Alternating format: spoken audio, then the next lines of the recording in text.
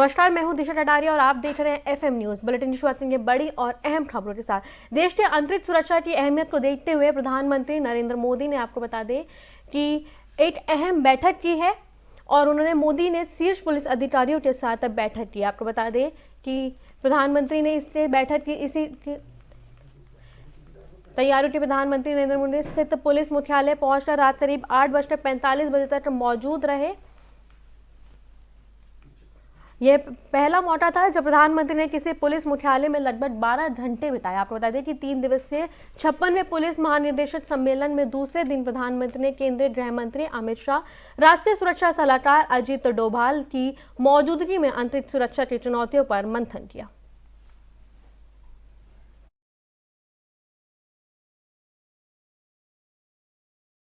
बढ़ते अगली खबर की ओर। राजस्थान के राज्यपाल और बीजेपी के वरिष्ठ नेता कलराज मिश्र के कृषि बिल को लेकर दिए बयान पर चर्चा प्रारंभ हो रही है। उन्होंने कहा कि कृषि बिल दोबारा आ सकता है। हालांकि कलराज मिश्र ने बोला वापसी के लिए प्रधानमंत्री का सराहना की है और उन्होंने कहा कि अगर जरूरत पड़ी तो दोबारा कानून बन सकता है। इससे पहले उन्नाव के बीजेपी सांसद साक्षी महाराज ने कहा था कि बिल बनते, बिगड़ते और फिर वापस आ जाते हैं। बता दें कि गुरु पर्व के मौके पर प्रधानमंत्री ने तीनों कृषि कानून वापस लेने की घोषणा की थी। आपको बता दें कि राजस्थान के राज्यपाल ने किसान बिल पर बयान दिया है जो अब चर्चा में है। आपको बता दें कि उन्होंने कहा था कि बिल दोबारा वापस आ सकता है। हालांकि मैं प्रधानमंत्री के घोषणा पर सराहना करता हूं, लेकिन बिल बनते हैं और वापसी आ जाते हैं।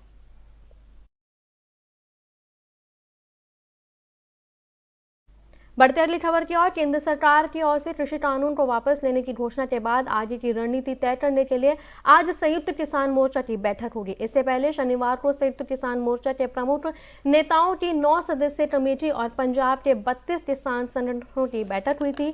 जानकारी के मुताबिक बैठक में किसानों के मुख्य मांगों पर विचार होगा और करीब 700 शहीद किसानों के परिवार को मुआवजे पर भी बात होने वाली है। आपको बता दें कि किसान संयुक्त की मोर्चा पर बैठक होने वाली है और कृषि बिल की और किसान की वापसी पर बात हो रही है। सिंधु बॉर्डर पर किसानों की बैठक जारी है और उन्होंने बता दो कि 700 शहीद किसानों के परिवार को मुआवजा पर भी आज इस बैठक में बात होने वाली है।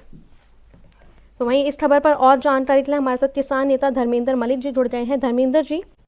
जी नमस्कार जी, संयुक्त किसान मोर्चा की जो आज बैठक होनी है, जो कल होने वाली थी लेकिन वो टल गई, तो जिस बैठक को आप आज करने वाले हैं, तो इस बैठक में क्या मांगे हो सकती हैं, क्या उम्मीदें जताई जा रही है कि इस बार किसान क्या मांगे करने वाले हैं?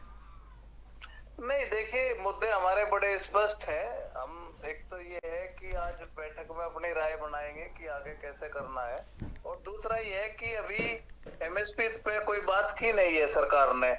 देखिए, जितने भी आर्टिफिशियल बाजार सुधार की बात करती है सरकार, उनसे किसानों का जो खेती का जो एग्रीन क्राइसिस है उसको रोक नहीं पाई है। किसानों को के क्राइसिस को अगर रोकना है तो न्यूनतम समर्थन मूल्य को गारंटी कानून बनाना पड़ेगा, क्योंकि देश का ही डाटा कहता है कि केवल 7 से 10% लोगों को एमएसपी मिलता है। एमएसपी तो अधिकार है किसान का, 100% लोगों को मिलना चाहिए। जी, धर्मेंद्र जी, देश के प्रधानमंत्री ने इस बात का आश्वासन दिया है कि अगले सत्र में आपके जो कृषि बिल है उस पर बात की जाएगी, लेकिन आप उन पर भी क्या विश्वास नहीं कर रहे हैं? नहीं, उसका स्वागत करते हैं, लेकिन हम तो एमएसपी की बात कर रहे हैं कि मुख्यतः जो 2 मांगे थी हमारी जी, उसमें जो है दो बड़ी मांगे हमारी, एक बिल वापसी और दूसरा एमएसपी कानून था। लेकिन प्रधानमंत्री ने उसकी एमएसपी पर कमेटी गठन करने की भी तो बात कही है। देश में आजादी के बाद से अब तक जो है कई आयोग, कई कमेटी बन चुकी हैं, लेकिन उनकी रिपोर्ट संसद के पटल तक भी नहीं आई।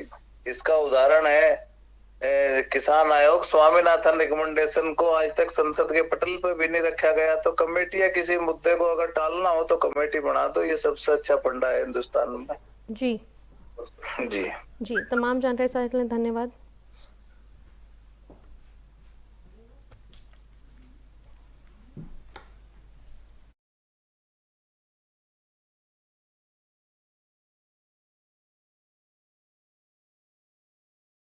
बढ़ते अगली खबर की ओर। राजस्थान की कांग्रेस सरकार में कई महीनों तक चली उथल पथल के बाद आज 4 बजे कैबिनेट का पूर्ण गठन हो रहा है। इससे पहले शनिवार को गहलोत कैबिनेट के सभी मंत्रियों ने इस्तीफा दे दिया था।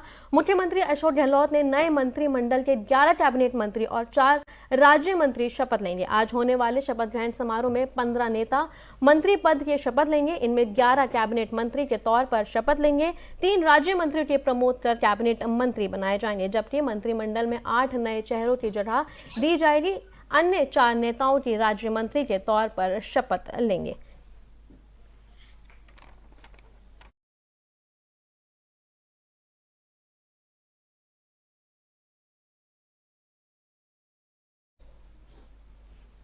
इस खबर पर और जानकारी के लिए हमारे साथ कांग्रेस नेता राजस्थान से नितिन अग्रवाल जी जुड़ गए हैं। नितिन जी, क्या हो गया? सभी मंत्री एकदम से इस्तीफा दे रहे हैं और अब जो ये जो पार्टी के अंदर सरकार का आज जो कवायद होने वाली है, इसके बाद क्या सब समाप्त हो जाएगा? देखिए, सर्वप्रथम तो मैं सभी विधायक गणों को जो मंत्री बनने जा रहे हैं, जो आज शपथ लेंगे, और हमारे 3 जो राज्य मंत्री है जिनका प्रमोशन हुआ है कैबिनेट मंत्री के रूप में, उनको बधाई देना चाहता हूँ। और ये एक बेसिक प्रक्रिया है। जब शपथ ग्रहण होता है तो उससे पहले इस्तीफे लिए जाते हैं, तो इसमें कोई दिक्कत वाली बात है नहीं। रही कवायद की बात, तो कांग्रेस शुरू से एकजुट रही है और मेरा मानना है कि कांग्रेस और अच्छे से उभर के आएगी और 2023 का इलेक्शन हम इसके बिहाफ पे जीतेंगे। और कांग्रेस ने इस मंत्रिमंडल में विशेष रूप से कई वर्गों का ध्यान रखा है, चाहे वो आदिवासी वर्ग हो, माइनॉरिटीज हो, महिला चेहरे हो, उनको भी आगे लाए। सशक्त बनाने की हम जो बात करते हैं, उसको एक नया रूप दिया है हमने। तो बहुत ही अच्छा ये डिसीजन है। सभी मंत्री जो बनने वाले हैं, काफी इक्वेशन ध्यान में रख के हर कार्यकर्ता से और हर विधायक से, जो हमारे प्रभारी है श्री अजय माकन जी, उन्होंने बात करी है, फीडबैक लिया है और उसके बाद ही इस नतीजे पे हम पहुंचे हैं कि किस किस व्यक्ति को कौन सी जिम्मेदारी दी जाएगी। तो ये अच्छा कदम है और 2023 में ये बहुत ही हमारे लिए हेल्पफुल साबित होगा। जी नितिन, 2 खेमे बने हुए हैं, पायलट और गहलोत। तो अब इस विस्तार के बाद क्या दोनों खेमे संतुष्ट नजर आएंगे? देखिए, मुझे नहीं लगता कोई खेमे जैसी बात है। कांग्रेस सदा एकजुट रही है। अब ये जो भी बातें मीडिया में कही जाती है, तो ये बेबुनियाद, हमारे लिए तो ये बेबुनियाद है। कांग्रेस एकजुट है और सभी जिलों से जो हम कोशिश कर रहे हैं कि नेतृत्व मिल सके, सभी वर्गों का ध्यान रखा गया है। तो सभी जगह से मंत्री है और लोगों को मौका दिया जा रहा है और आगे भी अभी कई सारे और लोग हैं जिनको सरकार में और भी अहम जिम्मेदारी मिलेगी, ऐसा हमारा मानना है। जी, तमाम जानकारी सारे के लिए धन्यवाद नितिन जी।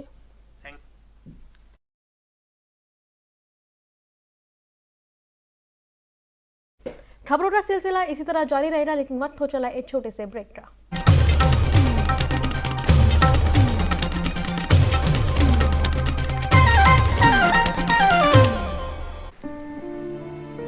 हम सभी जानते हैं कि दिल्ली और उसके आसपास के इलाकों में हर साल अक्टूबर नवंबर के महीनों में पराली के धुएं से प्रदूषण बढ़ जाता है।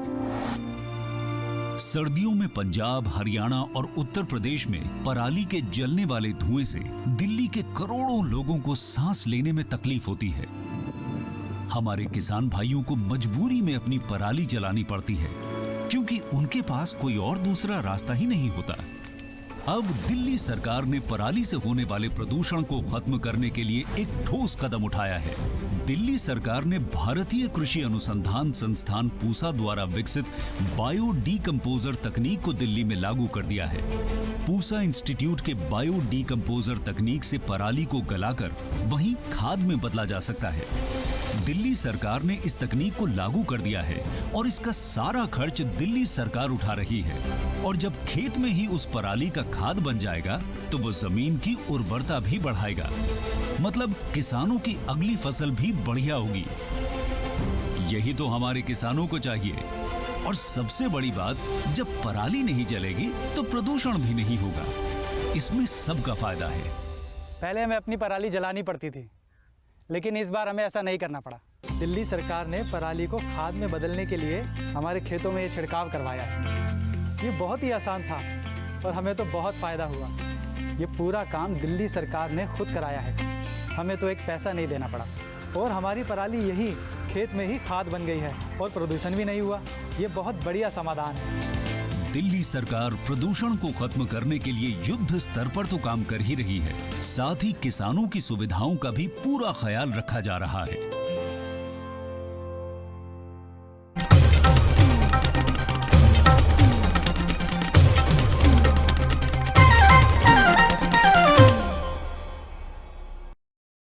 के बाद एक बार फिर स्वागत है आपका एफएम न्यूज में। बढ़ते हैं खबरों की ओर। जम्मू कश्मीर के कुलगाम जिले में सुरक्षा बलों के साथ हुई मुठभेड़ में हिजबुल मुजाहिदीन का एक नवनियुक्त जिला कमांडर मारा गया। मामले में पुलिस ने कहा कि गुप्त सूचना पर कार्रवाई करते हुए सुरक्षा बलों ने इलाके की घेराबंदी की है और तलाशी अभियान शुरू कर दिया है। अभियान के दौरान आतंकवादियों को आपको बता दें कि कहा गया था कि इसके बजाय उन्होंने अंधाधुंध गोलीबारी शुरू कर दी। नागरिकों की सुरक्षा सुनिश्चित करते हुए संयुक्त दलों ने उन्हें बचाया और सुरक्षित स्थानों पर पहले भेज दिया। उसके बाद गोलीबारी के बाद जवाबी कार्रवाई की, जिसकी मुठभेड़ शुरू हो गई। मुठभेड़ में हिजबुल मुजाहिदीन का नवनियुक्त जिला कमांडर मारा गया। वह कुलगामा के मुलावा निवासी था और उसका शव मुठभेड़ स्थल से बरामद कर लिया गया है।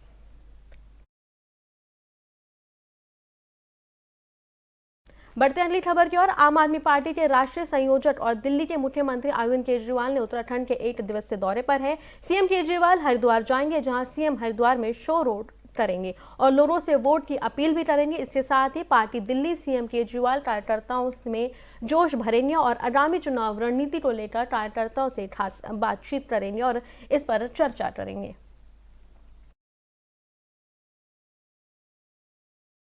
बढ़ते अगली खबर क्या। महाराष्ट्र के मंत्री और एनसीपी नेता नवाब मलिक ने अभिनेता शाहरुख खान के बेटे आर्यन खान के मामले में एनसीबी पर अपना हमला जारी रखा है। इस दौरान नवाब मलिक ने कहा कि बॉम्बे हाईकोर्ट के आदेश से साबित होता है कि यह अपहरण और फिरौती का मामला था। इसके साथ ही उन्होंने निशाना साधते हुए कहा कि फर्जीवाड़ा अब खुलकर सामने आ गया है। 3 अक्टूबर को एनसीबी ने मुंबई में एक क्रूज पार्टी में रेड मारकर आर्यन खान और कई लोगों को गिरफ्तार किया था। आर्यन खान अभी जमानत पर जेल से बाहर है। उन्हें बॉम्बे हाई कोर्ट ने जमानत दी है। इससे पूरे मामले में नवाब मलिक लगातार एनसीबी और ब्यूरो के जनरल डायरेक्टर समीर वानखेड़े पर हमला करते आए हैं और नवाब मलिक ने एनसीबी की जांच को निशाने पर लेते हुए हाईकोर्ट के आदेश का हवाला दिया है और ट्वीट किया कि हाईकोर्ट के आदेश से साबित होता है कि आर्यन खान मामला किडनैपिंग और फिरौती का मामला था। यह पर्व नियोती का, लेकिन सर्जेंट डोमेन में जारी एक सेल्फी ने योजना का विकल कर दिया है। फर्जीवाड़ा अब बेनकाब हो गया है।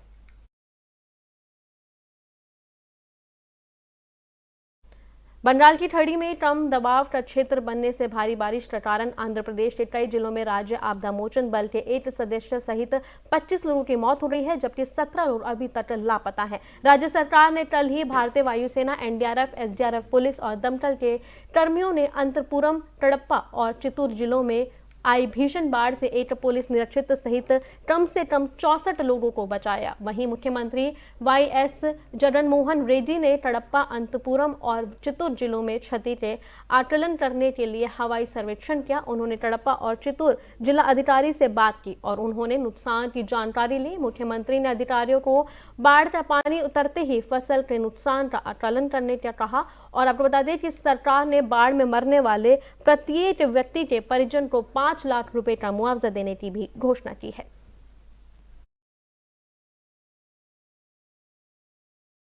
बढ़ते अगली खबर की ओर। राष्ट्रीय राजधानी दिल्ली में प्रदूषण से निजात मिलती नजर आ रही है। रविवार को भी दिल्ली में वायु की गुणवत्ता बहुत खराब श्रेणी में रही है। शहर के ओवरऑल एयर क्वालिटी, आपको बता दें कि ओवरऑल एयर क्वालिटी इंडेक्स 347 पर पहुंच गया है। इससे पहले शनिवार को दिल्ली एनसीआर में AQI 355 पर पहुंच गया है। शुक्रवार को यह आंकड़ा 370 था। केंद्रीय प्रदूषण नियंत्रण बोर्ड के आंकड़ों के मुताबिक ये जानकारी सामने आई है। वहीं पड़ोसी जिले गाजियाबाद, गुड़गांव और ग्रेटर नोएडा और फरीदाबाद में भी वायु गुणवत्ता बहुत खराब श्रेणी में दर्ज की गई है। बता दें कि दिल्ली में प्रदूषण कम करने के लिए आपातकालीन उपायों की घोषणा की गई थी। 21 नवंबर तक सरकारी विभागों के लिए 100% वर्क फ्रॉम होम होगा। इसी के साथ राजधानी दिल्ली में निर्माण कार्य और तोड़फोड़ पर भी रोक लगा दी जाएगी। वहीं स्कूल, कॉलेज और अन्य शिक्षण स्थानों को भी अगले आदेश तक के लिए बंद कर दिया जाएगा।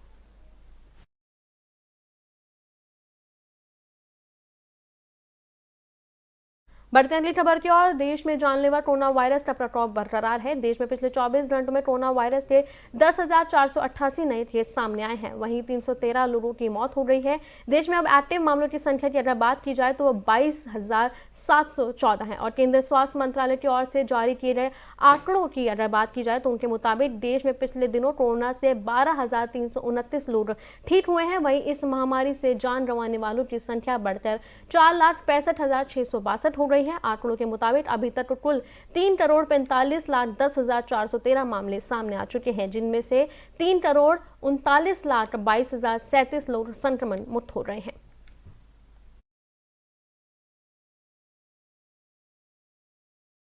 मेरे साथ इस बुलेटिन में इतना ही। देश और दिन तमाम बड़ी खबरों के लिए देखते रहें FM न्यूज़।